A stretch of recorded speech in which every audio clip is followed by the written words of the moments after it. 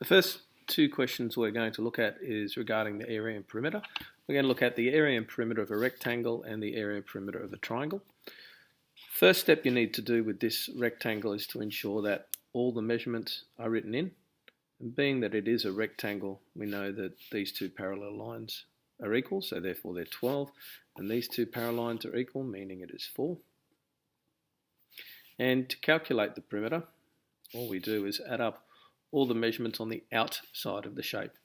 So we have the 12 plus 4 plus 12 plus 4, and that gives us a total of 32 centimetres. The next thing we need to look at is the area of the rectangle. In order to calculate the area of the rectangle, we multiply the two sides. So we have this measurement at the top here, which is 12, and this side, which is 4.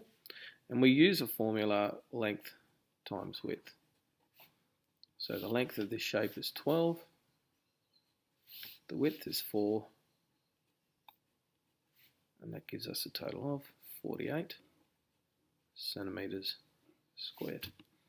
As for the triangle, same thing. When we're calculating the perimeter, all we're doing is adding up the numbers on the outside of the shape. So in this case, it's the 7, the 10, and the 6.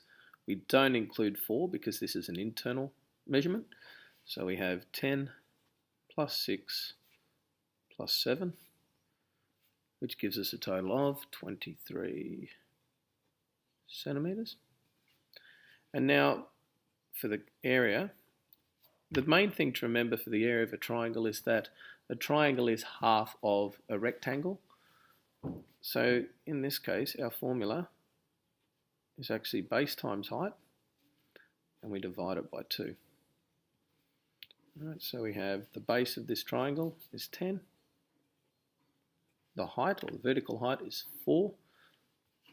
And the easy way to know which height we're looking at, and why we don't look at these, is that it always forms a right angle. So there's always a right angle between the base and our height. So divided by 2, which gives me a total of 40, divided by 2 equals 20 centimetres squared. If you've got any questions, please come and see me.